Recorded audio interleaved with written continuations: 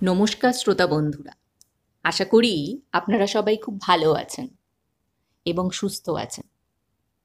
স্বামী বিবেকানন্দের রসে বসে বিবেকানন্দ থেকে আজ আরও একটি ছোট গল্প নিয়ে আপনাদের সামনে হাজির হয়েছে।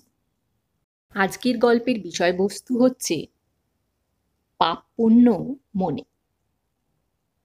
স্বামী বিবেকানন্দ তার এই ছোট গল্পটি দিয়ে আমাদের বোঝাতে চেয়েছেন, আমরা যখন কোনো কর্ম করি তার ফল পাপ না পুণ্য তা বোঝা অত সহজ বিষয় নয়, বা তা বিচার করাও অত সহজ নয়।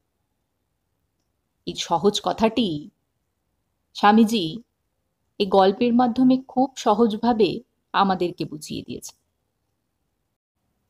তাহলে চলুন আর দেরি না করে গল্পটি শুরু করা যাক।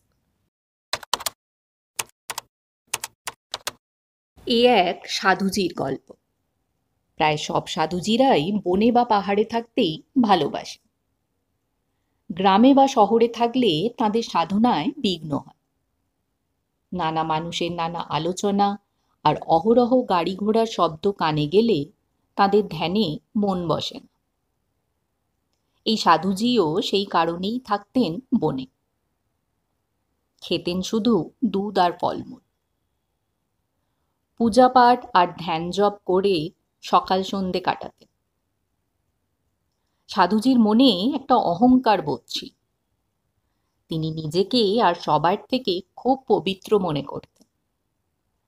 তার চোখে আর সবাই পাপী। নিজের জপ তপ হয়ে গেলে দুধ ফলমূল খেয়ে তিনি রোজই এসে বসেন একটা গাছের নিচে। গ্রামের অনেকেই আসে তার কাছে, তার মুখ থেকে ধর্ম কথা শোনার জন্য। ভক্ত মানুষের ভিড়ে আসে এক মহিলা, একটি ছোট্ট ছেলে নিয়ে তার সংসার। স্বামী তাকে ছেড়ে দিয়ে অন্যত্র আর এক সংসার পেতে বসেছে।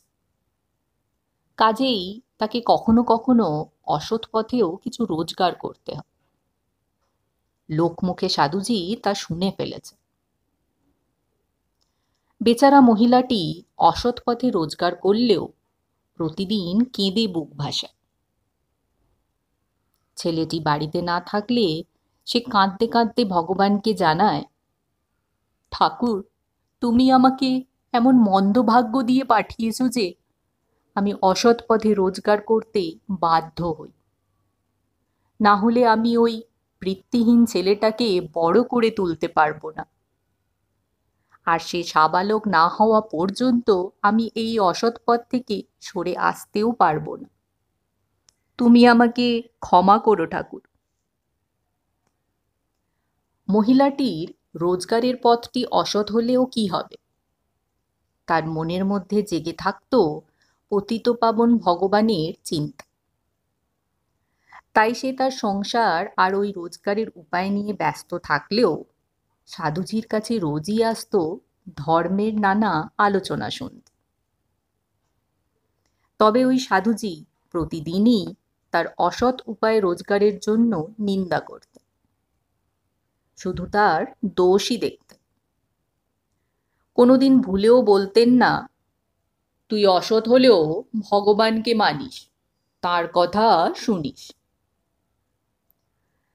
সাধুজি শুধু ওই মহিলাটিকেই নয়, তার আলোচনা শুনতে আসা অনেক মানুষদেরই দোষ ধরে ধিক্কার দিত।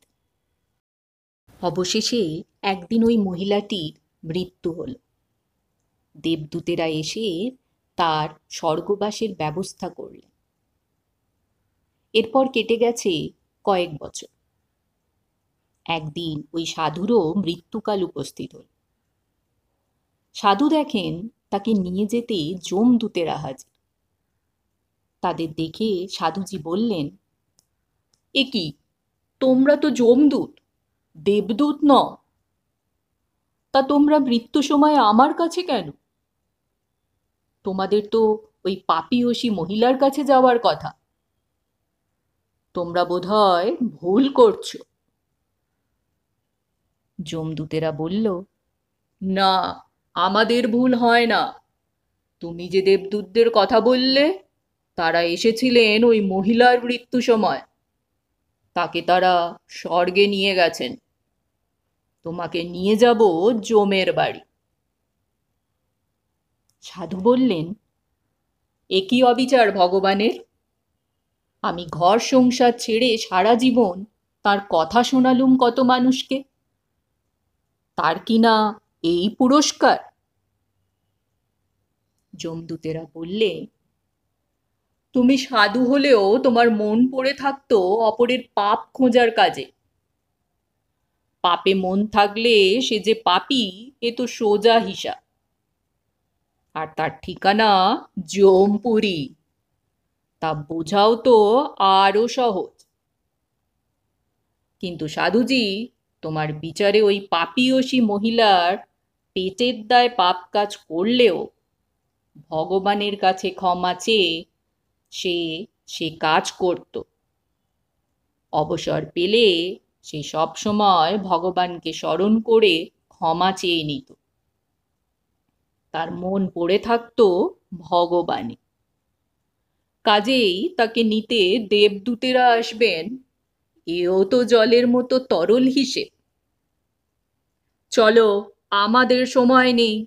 তোমার মতো আরো অনেককে জমপুরিতে আনতে ছুটতে হবে। সাধুজির মুখে আর রাশ সরে না। যমদূতদের আদেশ মতো তিনি চললেন সেই জমালয়। স্বামীজি কিন্তু অসৎ উপায় রোজগার করা কোনো মানুষকে সমর্থন করতে চাননি।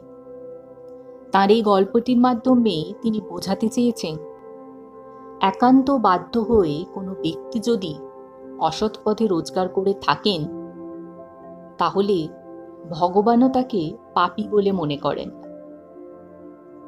কিন্তু একজন সৎ সাধু যদি তার সৎ পথ ছেড়ে অন্য মানুষের পাপ নির্ধারণ করতেই জীবন ব্যস্ত রাখেন, তাহলে তার সাধু হওয়াও ব্যর্থ।